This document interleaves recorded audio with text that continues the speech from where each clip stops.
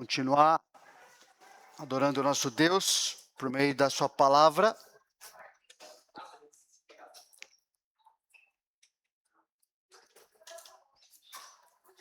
Vamos orar.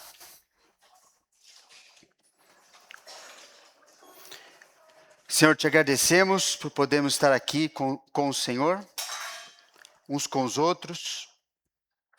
Obrigado por ter cuidado de nós essa semana, sustentado a nossa vida, como nós cantamos. Tantas coisas o Senhor fez por meio da tua graça, da tua bondade para conosco, Deus, teu amor, teu sustento em tudo, a possibilidade, a capacidade da gente estar aqui reunidos também.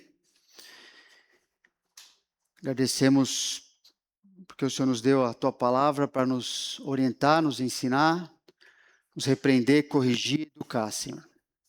Nós te louvamos, pedimos que a gente possa compreender, possamos, à medida que vamos escutando do Senhor, possamos pensar na nossa vida, na vida de outras pessoas também que a gente conhece, podemos ser úteis na vida delas também, Senhor. Que o Senhor nos fale ao coração, esteja nos ensinando a obedecer e podemos crescer à semelhança de Jesus, que nós pedimos em nome dele. Amém. Nós vimos dentro dessa série Compromisso com Cristo, que significa seguir a Jesus. Na última mensagem, estamos em Lucas, capítulo 11. Nós vimos que seguir a Jesus significa que o Evangelho vai corrigir sua vida, para que como discípulo você aprenda a depender de Deus em tudo por meio da oração. Tivemos 2 mensagens em relação a isso. Então, na última vez foi a segunda parte. Vimos que Jesus ensina que depender do Pai inclui insistência em orar, que depender do Pai se dá pelo equilíbrio entre pedir com insistência e confiar nas respostas que o Pai nos dá, e que depender de Deus é depender de alguém perfeitamente confiável. A mensagem de hoje, Lucas 11, 14 a 23, nós vamos ver que o Evangelho vai corrigir a nossa vida para que, como discípulo, você aprenda a enfrentar a batalha espiritual. Provavelmente a mensagem de hoje e da semana que vem, também, se Deus permitir, falando desse assunto de batalha espiritual, ok? Abre a Bíblia, então, em Lucas 11, a partir do verso 14.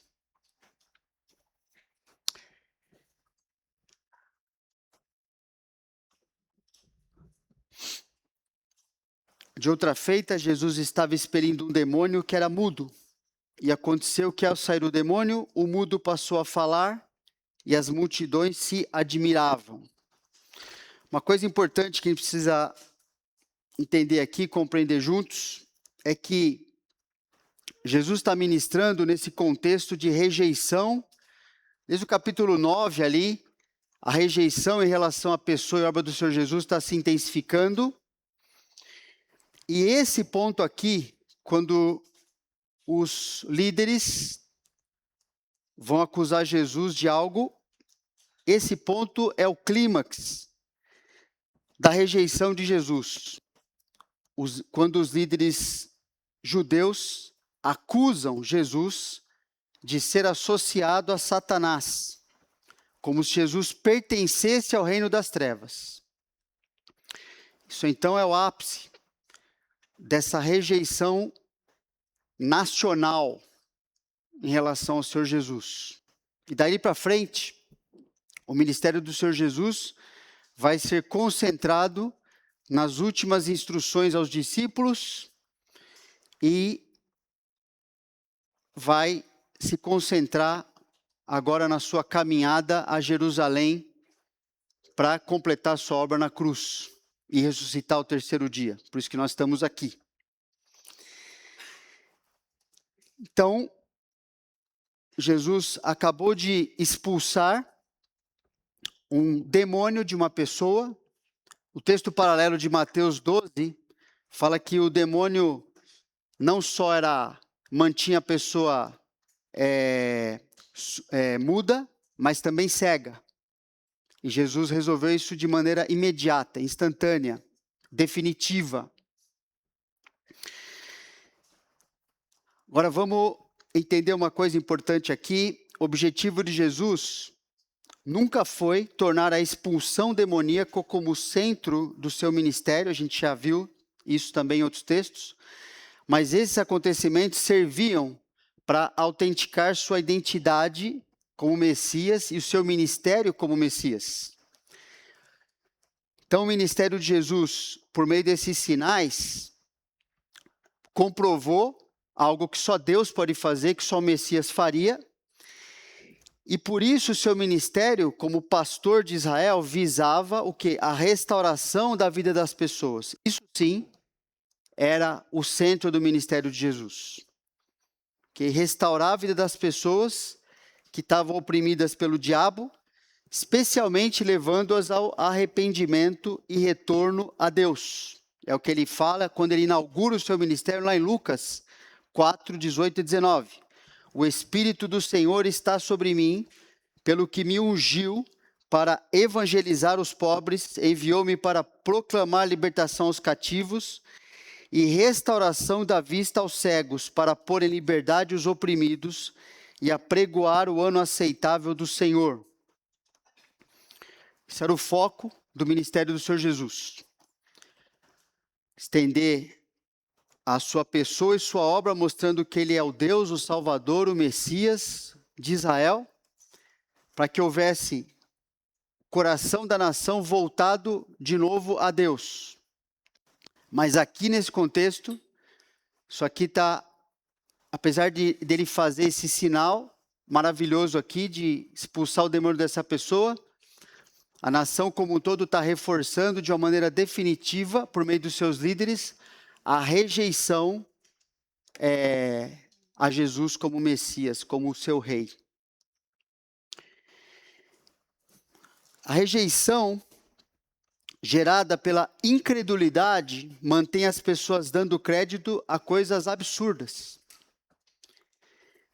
Porque apesar de ver o que Jesus acabou de fazer aqui nesse milagre, nessa expulsão desse demônio, o texto diz que alguns dentre eles diziam, ora, e alguns, esse aqui que eles diziam, em Mateus 12, eram justamente os líderes judeus.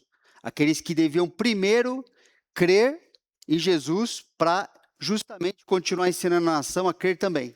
Mas eles rejeitaram e disseram, ora, ele expele os demônios pelo poder de Belzebu, o maioral dos demônios. E outros tentando pediam dele um sinal do céu. Então essas pessoas, lembra, todas elas já haviam visto Jesus expulsar demônios várias vezes. Isso não foi a primeira vez. Tinham visto Jesus curar várias e várias pessoas de todo tipo de enfermidade.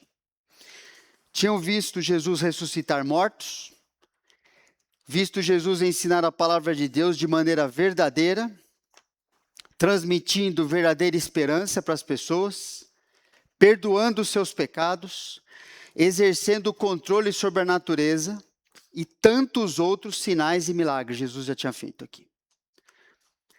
E agora estavam falando que ele estava fazendo tudo o que ele estava fazendo porque ele era associado a Belzebu, a Satanás.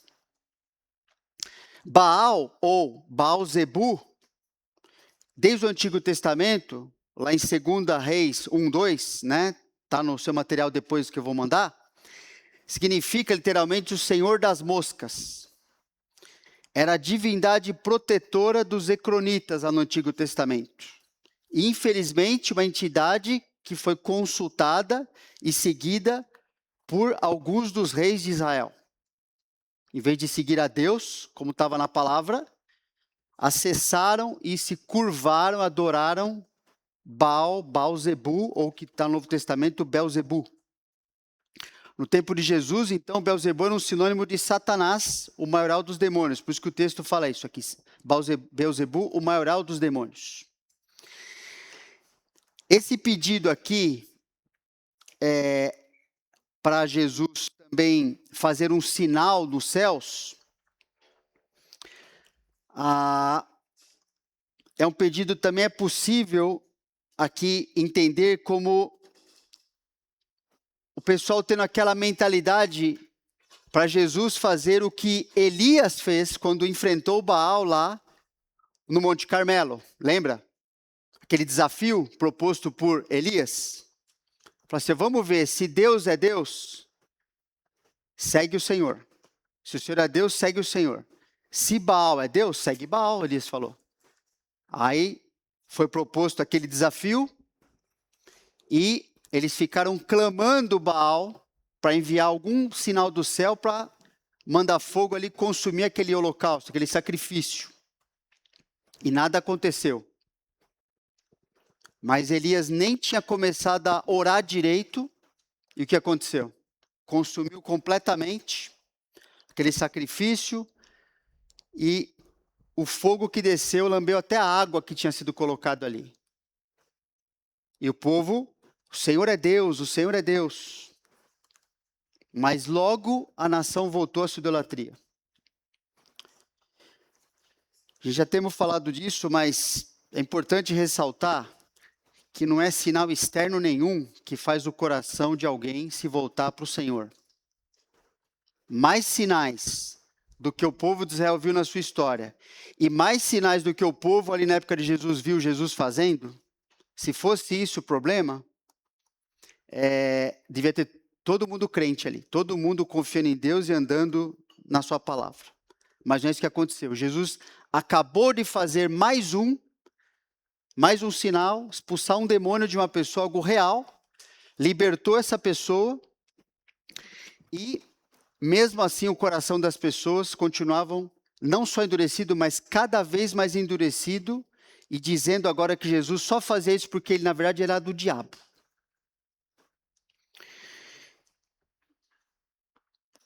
A situação do povo aqui, percebe, mesmo naqueles sinais de Elias e mesmo agora, era a mesma. Ou seja, duvidar de Deus e acreditar em falsos deuses. É do coração humano.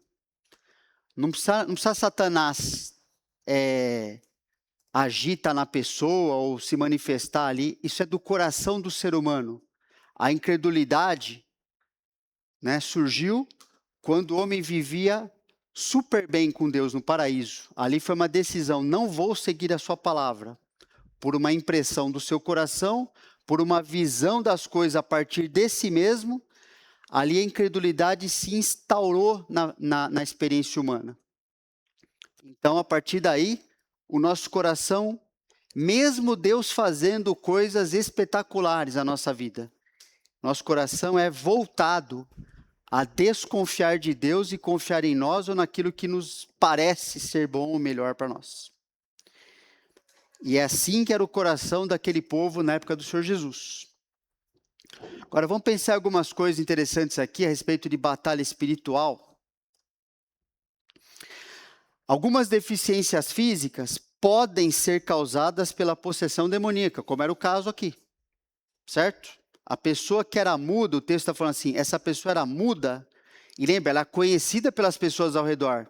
Não era alguém que simplesmente dizia, olha, agora ninguém sabe quem ela é, e ela aparece assim, do nada. Como acontece em alguns locais que supõem estar tratando esse tipo de coisa. Mas essa era uma pessoa conhecida. Ela passou a falar quando o demônio, o texto fala, o demônio mudo a deixou. Okay? E as multidões reconheceram isso. Importante, né? Então era uma enfermidade ali, uma condição física, uma deficiência física causada por esta influência, essa possessão demoníaca. Outra coisa importante é que o poder das trevas, ele é real. E enquanto ele fizer parte da agenda de Deus nesse mundo, a batalha espiritual vai existir. Por isso que tem alguns textos do Novo Testamento, né? Bom, nos evangelhos de maneira exaustiva aqui, Jesus está o tempo todo lidando com essas coisas na vida das pessoas. Mas lá, numa carta à igreja de Éfeso, Paulo escreve: quanto ao mais, sede fortalecidos no Senhor e na força do seu poder.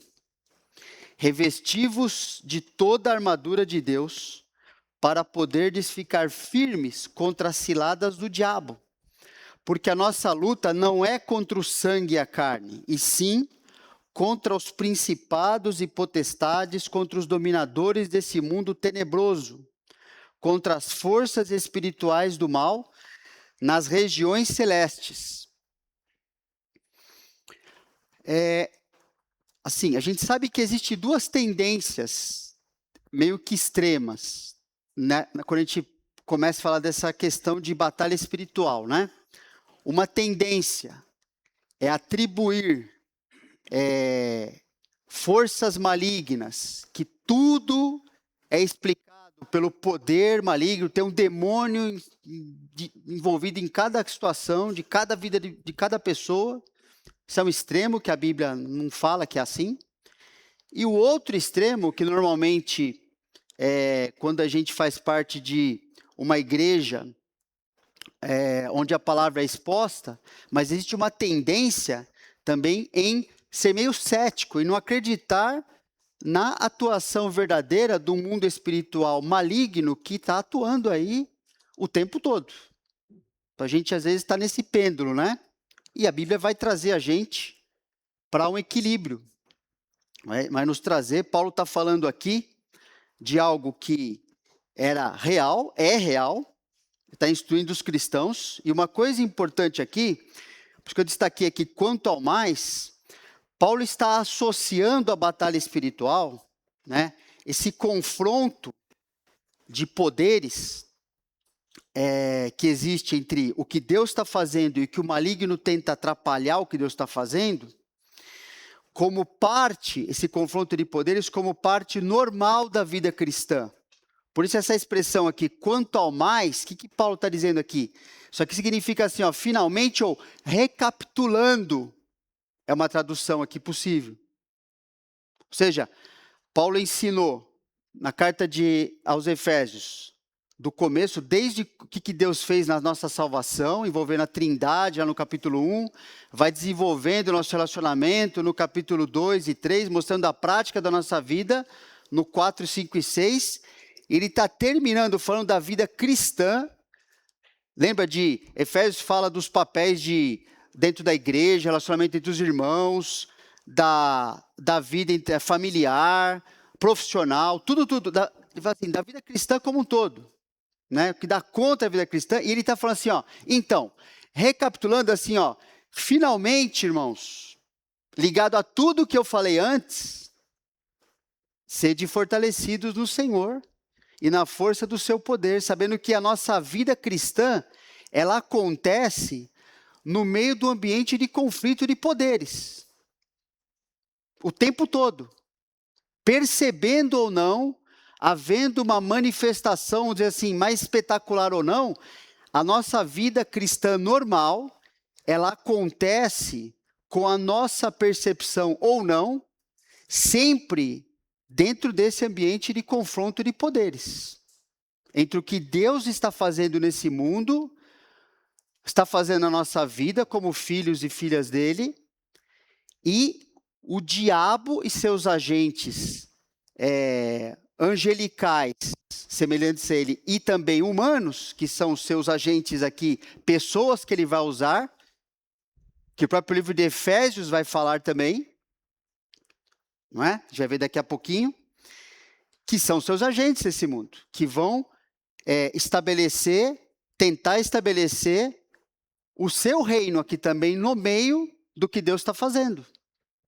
Okay? Então a gente não pode achar que batalha espiritual é o que acontece quando a gente vê uma pessoa, por exemplo, sendo possessa ou influenciada por um demônio.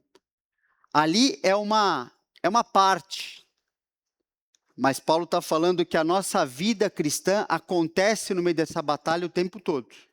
Por isso a gente tem que estar fortalecido no Senhor. Ele vai dar aqui, né, os recursos, usando essa figura da armadura, Porque isso aqui é real, a gente está numa guerra, ok? Viver a vida cristã trará oposição diabólica, sempre vai trazer, que tentará vencer a batalha, principalmente aqui, ó, na nossa mente. A gente não vai ver isso hoje, tentar ver semana que vem, se Deus permitir, mas a verdadeira batalha é aqui que acontece, em primeiro lugar. É na nossa mente, na nossa crença, naquilo que a partir da nossa vida acontece. Aquilo que a gente se dedica, aquilo que a gente aplica à nossa vida. Ok? Então a batalha é ali, fazendo com que Deus deixe de ser a pessoa mais importante em nossa vida, fazendo com que a sua obra não seja a nossa ocupação, fazendo com que o pecado se torne a norma e que os recursos para nossa santificação sejam negligenciados. Então esse pacote produz a inutilidade e destruição na vida de um cristão. Paulo está escrevendo para cristãos, não é? Efésios. Então, quando a gente aceita esse pacote, onde Deus começa a fazer menos sentido para a nossa vida, onde a nossa cosmovisão cristã passa a ser confundida com outras que ficam competindo com ela, essa batalha está sendo ganha pelo inimigo na nossa vida. Por isso que Paulo falou, irmãos, a gente precisa viver desse jeito. Então, cristãos, não pense assim, ó, a gente vai ver esse cristão, só para a gente já adiantar, cristão não fica possesso de demônio. Isso é impossível biblicamente. Mas ele pode ser influenciado, sim. Ele pode ser, o demônio pode exercer um certo controle sobre a sua vida por meio da batalha mental. Estou adiantando um pouquinho, tá bom? Ele não vai ser possuído por um demônio. Mas ele pode ser muito influenciado, até de certa forma controlado, para fazer a vontade da sua carne, que Efésios vai falar disso também, para fazer os desejos que Satanás sussurra no seu ouvido lá, e ele aceita. Por que ele aceita, o cristão aceita isso aí? Porque casa muitas vezes com o que ele quer para a sua vida. Okay? Ele acha que aquilo, por fazer sentido, é o que Paulo vai desenvolver lá em Efésios 4, por exemplo, a batalha mental. Então ele chega no final ali da ponta, ali, uma vida degradada e destruída espiritualmente, totalmente inútil a Deus, até uma vergonha, na verdade, porque lá no começo, o que começou a ocupar sua mente não foi a verdade de Deus, não foi o que Deus queria para ele, mas ele começou a questionar, ele começou a duvidar, ele começou a rejeitar o que Deus falava para ele viver e fazer com a vida dele, para ele viver do jeito que ele queria, do jeito que ele achava melhor para si. Ele se torna o intérprete para si mesmo da palavra de Deus. E ao fazer isso, ele está lutando do lado do inimigo. A começar na sua vida, e depois ele vai começar a fazer coisas que o inimigo quer que ele faça, na vida dos outros também, na vida de quem ele conhecer. E o triste é que ele é um cristão, né? E pode chegar a um ponto de viver como um verdadeiro descrente, e aí aquela bagunça, né? Que a gente começa a ver, será que a pessoa realmente era, não era? Aí começa isso aí. Por isso que quando há uma resistência de alguém que é tratado como cristão, que é reconhecido como cristão, viver como cristão, ele começa a resistir isso, por isso que lá em 2 Timóteo, capítulo 2, vai falar que essa pessoa que estava sendo tratada como cristão, o texto vai falar lá em 2 Timóteo 24 a 26, vai falar que agora ela é feita cativa do diabo para fazer a vontade do diabo. Mas está escrevendo para cristão. Percebe? A vida da pessoa passa a ser confundida. E ela mesmo e os outros começam... e agora, o que será que essa pessoa é? Porque ela está vivendo agora lutando do lado do inimigo. E ela tem que se arrepender. Não tem expulsão de demônio aqui. Ela tem que se arrepender na sua mente, começar a viver biblicamente, para mostrar, não, realmente, voltei à sensatez. Eu sou de Deus, sim. Porque se não se arrepender, Deus a trata como descrente. E ela vai se ver com Deus a eternidade. Se ela não é, aí é problema dela com Deus. É sério isso. É bem sério.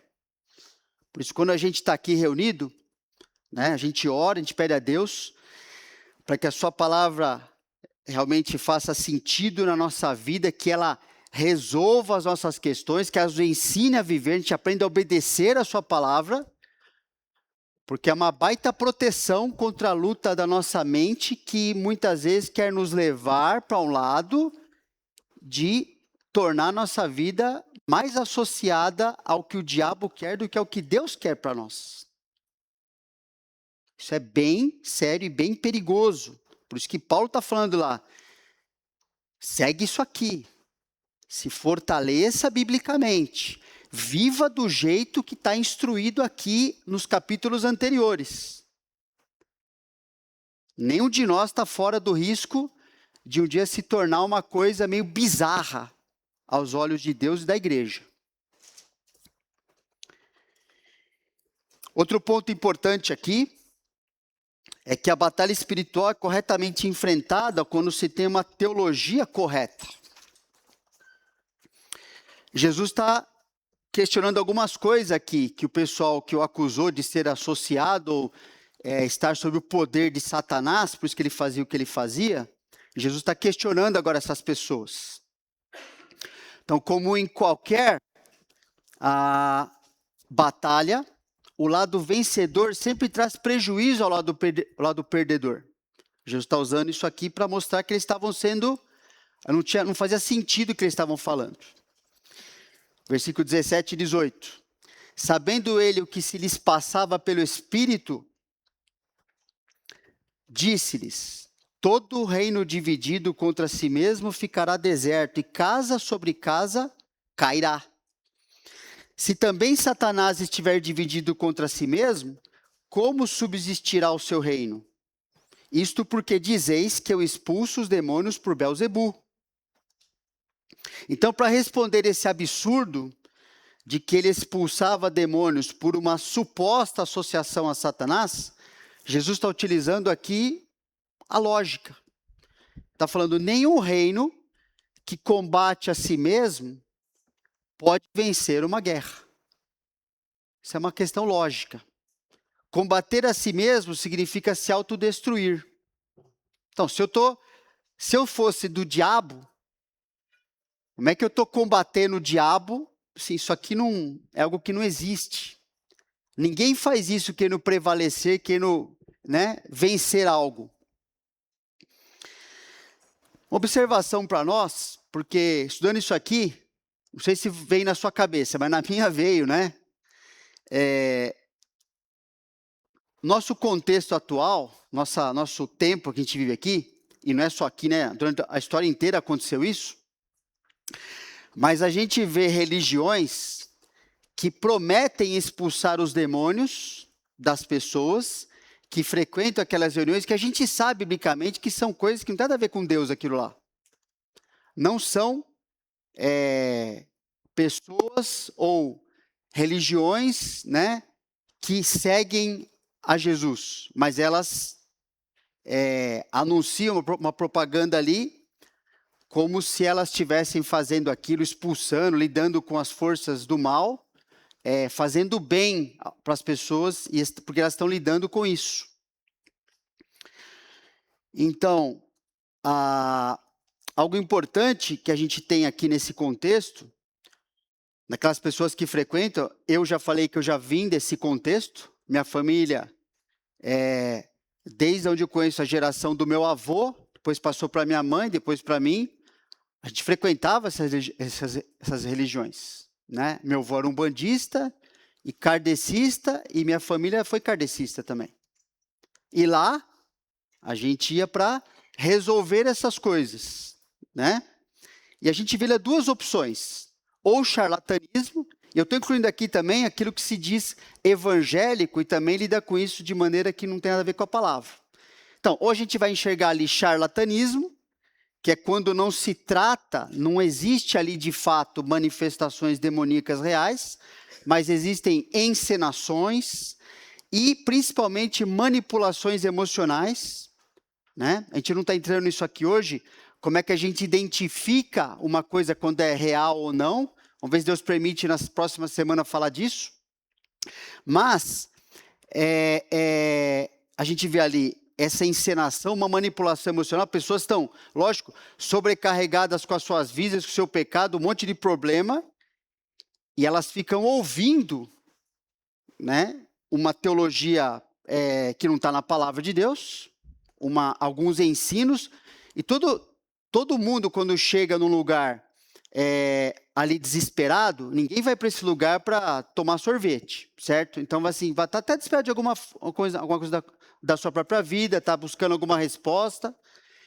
Quando a pessoa chega, se ela chega aberta para qualquer coisa que fala lá, as pessoas ali são autoridade, então elas falam, então deve ser. Ninguém vai lá conferir nada. Né? A gente estudava ali um negocinho, mas estudava que a partir de uma interpretação de um ser humano igual a você, um pecador ali, que não tinha como aquilo fazer. Se você comparava com outras coisas, até do próprio texto que estava ali, há incoerências gravíssimas, só que você não sabe. Se é novo ali, você chega, você aceita tudo. Ok? Por isso que a gente insiste assim, ó, não é porque pastor está falando, não é porque ninguém está falando que isso aqui é verdade. Vai para a Bíblia. Estuda, vai conferir as coisas, né? Vai sim, porque não é a autoridade que é o pastor, qualquer pessoa humana fica falando uma coisa. Paulo falou disso. Nem se um anjo do céu vai falar uma coisa para vocês, se não estiver de acordo com isso aqui, ó, maldito, não tem nada a ver, isso aqui está errado. Mas é difícil, quase ninguém vai conferir, não fazem isso. Então você está desesperado, é uma fórmula boa, né, para aceitar. Você está desesperado e alguém fala ali com autoridade e você embarca naquilo. E é lógico, a hora que a pessoa fala, recita certas coisas, coloca a mão na sua cabeça, faz um monte de coisa ali, você vai sentir alguma coisa. Claro, mas você não tem como definir se aquilo é uma coisa demoníaca verdadeira, se é uma encenação, se é uma coisa da tua parte. Você está ali sobrecarregado de um monte de coisa e você aceita o que falar que é a explicação daquilo, lógico. Então, existe esse charlatanismo, mas existe também a possibilidade de possessões reais verdadeiras. Só que uma diferença é que aquilo que se chama de tratamento ou de solução, falso. Aquilo nunca trouxe, nunca trará libertação real e definitiva. Totalmente diferente do que o Jesus fazia. Nunca traz isso. Aquilo, na verdade, quando uma pessoa chega num lugar desses, que supostamente tem autoridade para lidar com os demônios, com os espíritos malignos, em desenvolvimento, toda aquela papagaiada lá, aquilo não faz a pessoa ir uma vez e nunca mais aparecer, ao contrário. Faz a pessoa ir lá, a primeira vez, e agora ela vai permanecer, provavelmente, o resto da sua vida ali. E o que Jesus fazia era isso? Não. Não tinha compromisso associado a nada de agora você vai ter que ficar vindo aqui na sessão do descarrego, agora é culto da libertação toda semana, não sei o que lá, e você vem tomar paz. Isso aqui é manter as pessoas associadas agora. É isso que eles querem.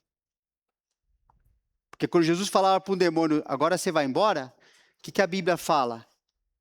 Voltava aquilo? Jesus precisa fazer isso 3, 4 vezes na pessoa?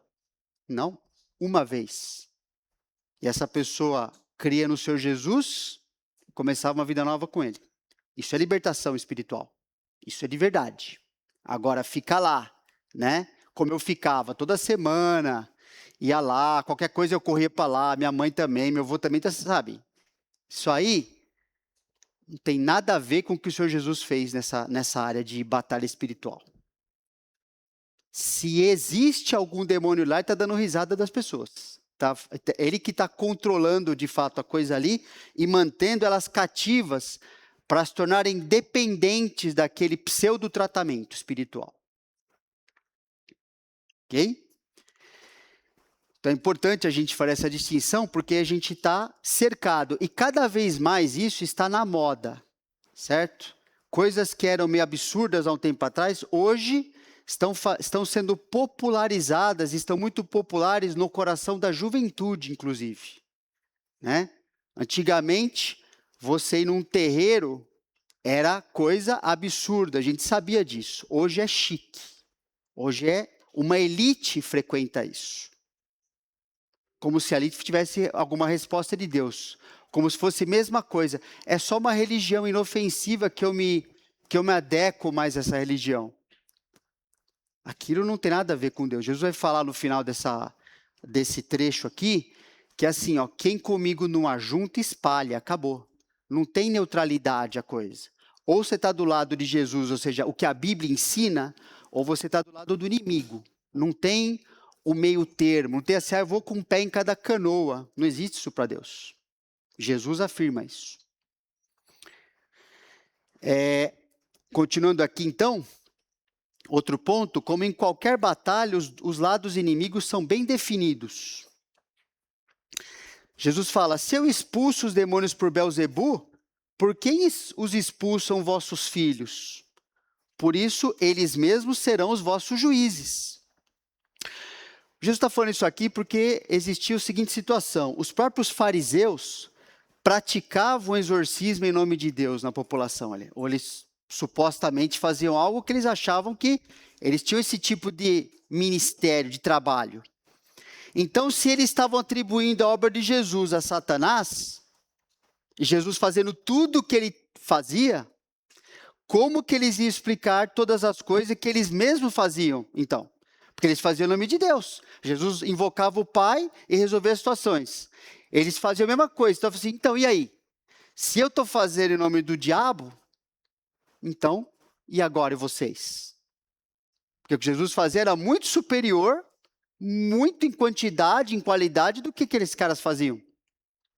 Então, eu falo assim, agora os filhos de vocês, que praticam isso também, vão julgar você, ué. Então, todo mundo agora é associado a Satanás, então? Jesus está falando exatamente isso, né? Como saberiam que não estão fazendo isso associados ao diabo também? Ainda mais quando os resultados de Jesus sempre eram os resultados superiores e definitivos. E quando é interessante que a Bíblia lá em Atos mostra um grupo de judeus desse tipo aqui, filhos inclusive de um sumo sacerdote, Seva, que no ministério do apóstolo Paulo tentaram ali fazer o que Paulo fazia. Lembra? Vou colocar aqui, ó. E Deus, pelas mãos de Paulo, fazia milagres extraordinários. Paulo era o apóstolo verdadeiro, então ele tinha que mostrar as mesmas credenciais do Senhor Jesus nesse aspecto. A ponto de levarem aos enfermos lenços e aventais de seu uso pessoal, diante dos quais as enfermidades fugiam das suas vítimas, e os espíritos malignos se retiravam. Olha agora, e alguns judeus, exorcistas ambulantes, tentaram invocar o nome do Senhor Jesus sobre possessos de espíritos malignos, dizendo: esconjuro-vos por Jesus, a quem Paulo prega. Tentaram expulsar, assim, ó, em nome do Jesus aí de Paulo. Os que faziam isso eram 7 filhos de um judeu chamado Seva, sumo sacerdote. Mas o espírito maligno lhes respondeu: conheço a Jesus. Lembra o mistério de Jesus? Os demônios mesmo dão testemunho. Isso aqui é o Filho de Deus, ó. Jesus falava assim, ó, quietinho. Não fala nada. Não é fazer entrevista, sabe? Assim, entrevista, endereço, nada disso. Ficar quieto, Jesus falou. Não abre a boca. Mas o Espírito maligno, conheço a Jesus e sei quem é Paulo. Eles dois eu conheço, mas vós, quem sois? E o possesso do espírito maligno saltou sobre eles, subjugando a todos, e de tal modo prevaleceu contra eles que, desnudos e feridos, fugiram daquela casa. O demônio expulsou os caras, foi o contrário. Percebe? expulso vocês, eles que foram expulsos pelado e machucado dali. Isso aqui é, né? Olha que coisa diferente. Chegou este fato ao conhecimento de todos, ali onde Paulo estava pregando, aquela região, assim judeus como gregos, habitantes de Éfeso. Veio temor sobre todos eles, e o nome do Senhor Jesus era engrandecido. Não era o nome de Paulo, não era a experiência aqui, qual é o nome do demônio, não foi nada disso que aconteceu. Jesus, totalmente distinto daquela bagunça que aqueles pseudo-exorcistas estavam ali fazendo, foi exaltado naquela situação. E quem não era de Jesus foi retirado dali, daquele jeito. Então, Jesus está falando aqui, ó, vocês têm que decidir de que lado vocês estão. Porque se os filhos de vocês também estão fazendo isso, então você tem que explicar para eles o que está acontecendo. Né? Se é de Deus ou se é de Satanás. Agora vocês têm um problema para explicar para as pessoas que vocês ensinam. Outro ponto aqui, como em qualquer batalha, você tem que decidir de que lado você vai lutar. Se, porém, Jesus fala, eu expulso os demônios pelo dedo de Deus, certamente é chegado o reino de Deus sobre vós. Então, os judeus, eles pressupunham fazer parte do reino de Deus. A gente é o povo de Deus, não é? Eles falavam isso. Ou seja, a gente está do lado certo. Então, se Jesus estivesse fazendo algo que comprovasse a presença do reino de Deus entre eles estivessem rejeitando a obra do Messias, então de que lado que eles iam estar? Tem que chegar à conclusão, então ele está do lado errado. E esse era o problema deles. Esse é o problema, essa é a rejeição. A gente não quer esse Messias, a gente não quer submeter a Jesus. Então Jesus colocou eles agora numa situação que eles têm que... Agora, como é que vocês vão sair dessa? Né? Porque se vocês falam que são do reino de Deus e eu estou fazendo coisas que só o reino de Deus é capaz de fazer, vocês têm que ir para o meu lado. Ou todos vocês estão no lado de Satanás, eles têm um problemaço para resolver agora. Jesus está confrontando o coração dessas pessoas. Por que vocês estão me rejeitando? Se eu mostro quem eu sou, se eu faço o que eu faço... Percebe? A incredulidade de vocês cega vocês. E Jesus aqui provavelmente está fazendo também uma alusão ao confronto entre Moisés e os magos de Faraó. Que até um certo nível, lembra? Eles puderam imitar alguns milagres lá quando Moisés começou as pragas. Até um certo nível, no comecinho ali, eles faziam uma coisa que era parecida. Mas a partir de um certo nível que só Deus pode fazer, eles mesmos reconheceram que Deus estava fazendo algo completamente diferente e superior. É o que eles falaram para Faraó. Então disseram os magos a Faraó, isto é o dedo de Deus. Agora a gente não pode me fazer nada. Porém o coração de Faraó se endureceu e não os ouviu, como o Senhor tinha dito. Falou assim, ó, Faraó, é melhor você se submeter aqui a Moisés. É melhor se obedecer. Porque isso aqui não é algo que a gente faz aqui, não é essas mágicazinhas aqui, esses truques. Isso aqui, e pode até ser uma operação maligna mesmo, porque lá em Apocalipse fala que o diabo vai fazer muito sinal no final dos tempos. Ok? Deus vai deixar ele fazer, para enganar os descrentes, ainda mais. Então, esses magos chegam à conclusão assim, ó, é melhor passar para o lado certo, viu, Faraó? Está encrencado aqui, porque Deus está fazendo uma coisa que a gente não é capaz de seguir isso aqui, não. Outro ponto importante, como em qualquer batalha, não existe neutralidade, aquilo que eu estava falando antes. Pois estamos lá de Jesus e sua obra, ou oposto a ele e sua obra. Jesus diz, quando o valente bem armado guarda a sua própria casa, ficam em segurança todos os seus bens. Sobrevindo, porém, o mais valente do que ele, vence-o, tira-lhe a armadura em que confiava e lhe divide os despojos. Quem não é por mim, é contra mim. E quem comigo não ajunta, espalha. O valente bem armado aqui, quem é? Satanás. E o valente mais forte que ele, quem é? Jesus.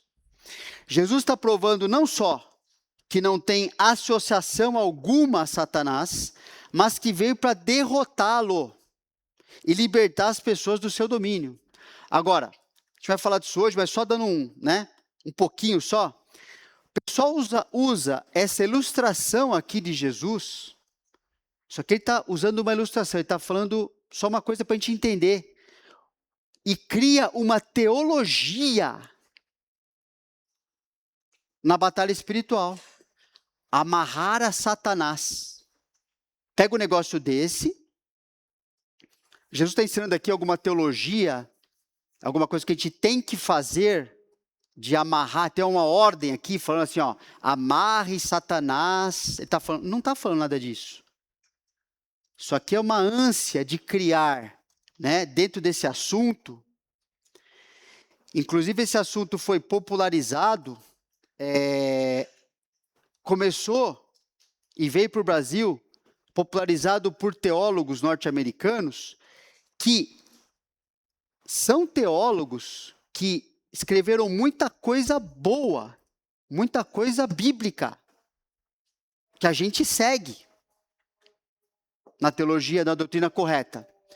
Mas entraram para um caminho, alguns entraram para um caminho de começar a desenvolver uma teologia baseada em princípios como esse aqui, em ilustrações que Jesus usou. E aí criaram toda uma coisa de demônio territorialista, que não sei o que lá. Nossa, no Brasil, assim, virou uma febre. Ainda tem muita coisa acontecendo nesse sentido. Tem muito cristão verdadeiro que na hora de se envolver com esse tipo de situação, tem uma teologia que não tem nada a ver com a palavra de Deus. Por quê? Porque é uma coisa que ela é sedutora. A questão de poder, a questão de você mandar em um ser espiritual, uma coisa assim que está no ser humano querer exercer controle e poder sobre as coisas que Deus criou. Mas de maneira errada. Então, essa questão aqui de amarrar, Jesus está usando isso aqui como uma ilustração. Não está falando que deve-se usar palavras mágicas, que se você falar essa palavra, então o diabo está amarrado lá, e ele não pode, mas porque, gente, porque toda hora ele se solta. Que corda é essa? Que coisa assim, não tem sentido isso aqui. Isso aqui é meio absurdo. O diabo não está preso, pessoal. A Bíblia fala que ele está bem solto, até o momento onde Deus o prenderá por 1000 anos. Ali está escrito, ali sim, Deus vai colocá-lo de uma maneira que ele não vai mais ter liberdade como ele tem atualmente. Mas não é agora, ok? Tem um momento específico na história para isso, que é o Senhor que vai fazer isso. Então, Jesus está falando aqui simplesmente uma ilustração, mostrando assim, ó, eu expulsei aquele demônio porque, de fato, eu sou superior a ele, ao seu maioral e todos eles juntos. Eu tenho domínio. Com uma palavra eu falo para ir embora e vai e acabou. E a situação se resolve. Porque eu sou o valente mais poderoso do que aquele valente. É só isso que Jesus está falando aqui. Então, o que Jesus veio fazer, que é importante, não é a questão de... Não é o foco, eu vim expulsar. Ele veio libertar as pessoas desse domínio. A gente, se Deus permitir, ver mais para frente na semana que vem, mas um dos trechos, alguns trechos estão aí, Ele vos deu vida, estando vós mortos nos vossos delitos e pecados. Nosso problema é esse, pessoal, não é o demônio, nosso problema é o delito e pecado do nosso coração. Nos quais andastes outrora, segundo o curso deste mundo, segundo o príncipe da potestade do ar, e do espírito que agora atua nos filhos da desobediência, nos descrentes, entre os quais também todos nós andamos outrora. Quando? Quando a gente era descrente. Segundo as inclinações da nossa carne, fazendo a vontade da carne e dos pensamentos, e éramos por natureza filhos da ira, como também os demais. Então o Evangelho nos liberta desse domínio, dessa submissão ao diabo, desse controle da nossa vida. Visto, pois... Hebreus, visto, pois, que os filhos têm participação comum de carne e sangue, destes também ele, falando de Jesus, igualmente participou, para que por sua morte destruísse aquele que tem o poder da morte, a saber, o diabo, e livrasse todos que, pelo pavor da morte, estavam sujeitos à escravidão por toda a vida. Antes da gente se converter, o diabo nos amedrontava, fazia assim, eu vou pegar, vou matar, vou destruir você. Antes da conversão. Agora o cristão não está mais debaixo desse domínio aqui. A vida do cristão agora pertence a Deus. E Jesus é o sumo sacerdote, Jesus cuida dele, o texto de Hebreus vai falar isso. Então Jesus está afirmando que qualquer pessoa que não está do seu lado, está contra ele, não existe neutralidade. E qualquer pessoa que está contra ele está à mercê do diabo e seu reino aí na terra. Então isso é bem importante. Não existe algo que é em cima do muro. Ah, não, eu não vou no espiritismo, mas também não creio em Jesus. Então acho que eu tô tranquilo, eu não vou pensar nessas coisas. Não, você está sujeito e você é uma porta aberta à ação do inimigo na sua vida. A única proteção que nós temos é pertencer ao Senhor Jesus, Ele cuidar de nós. Essa é a proteção real que existe. Então, uma teologia prática, contrária à Bíblia, é importante que a gente entenda que ela nos faz combater, inclusive, do lado errado e traz prejuízo para o lado de Jesus e seu reino. Não só a pessoa está do lado errado, mas se ela tem uma teologia errada em lidar com isso, ela já está fazendo algo errado. O verdadeiro evangelho, aplicado corretamente à própria vida e à vida das pessoas, é a ocupação do verdadeiro soldado de Jesus. Paulo falou para Timóteo: tu, pois, filho meu, fortifica-te na graça que está em Cristo Jesus, mesma coisa que tinha falado lá em Éfeso, inclusive Timóteo era pastor de Éfeso. E o que de minha parte ouviste, através de muitas testemunhas, isso mesmo transmite a homens fiéis e também idôneos para instruir a outros. Participa dos meus sofrimentos como bom soldado de Cristo Jesus. Nenhum soldado de serviço se envolve em negócio nessa vida, porque o seu objetivo é satisfazer aquele que o arregimentou. Então é importante a gente terminar essa mensagem lembrando que a batalha espiritual não significa principalmente combater as forças do mal. A gente vai ficar concentrado, deixa eu ver onde está. A gente já sabe, o maligno está atuando em tudo que tem a ver com os seus princípios, o sistema mundial, as pessoas que pertencem a ele, querer influenciar os cristãos a não viverem como cristãos nesse mundo, a serem maus testemunhos, enfim. Mas o nosso foco é o quê? Combater o pecado. Essa é a porta que o maligno tem na vida de um crente, é o pecado. A fim de manter a nossa vida dedicada a Jesus e ajudar pessoas a chegarem a Jesus. É isso que nos interessa. A gente não vai sair caçando, Ghostbusters, caçando fantasma.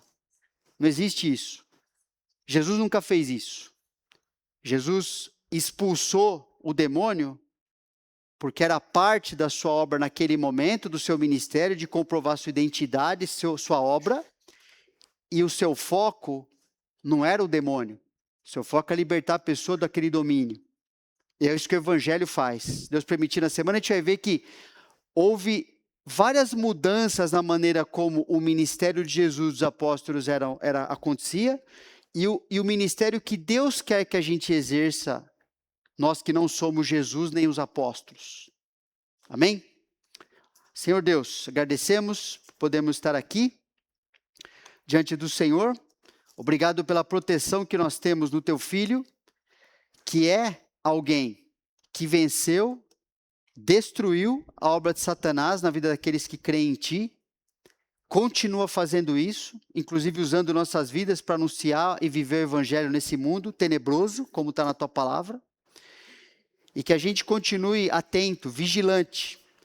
A Bíblia fala que o diabo, ele quer ceifar vidas, ele quer prejudicar a nossa vida, ele quer nos tornar inúteis, quer nos tornar pessoas que não fazem diferença para o Senhor, quer nos tornar pessoas cada vez mais egocêntricas, vivendo para nós mesmos, acreditando que estamos fazendo alguma diferença. Mas ajuda a gente a combater o pecado na nossa vida, a incredulidade, e vivermos como filhos do Senhor, usando os recursos do Senhor, e não temendo as investidas, sejam reais ou fajutas da parte do inimigo, com suas ilusões, com suas insinuações, que a gente entenda que nós somos da verdade e que o Senhor seja exaltado na nossa vida. Que a gente não gaste a nossa vida de uma maneira indevida, de uma maneira improdutiva para o Senhor. Porque isso já é cooperar com o outro lado. Nós pedimos isso no teu nome. Amém.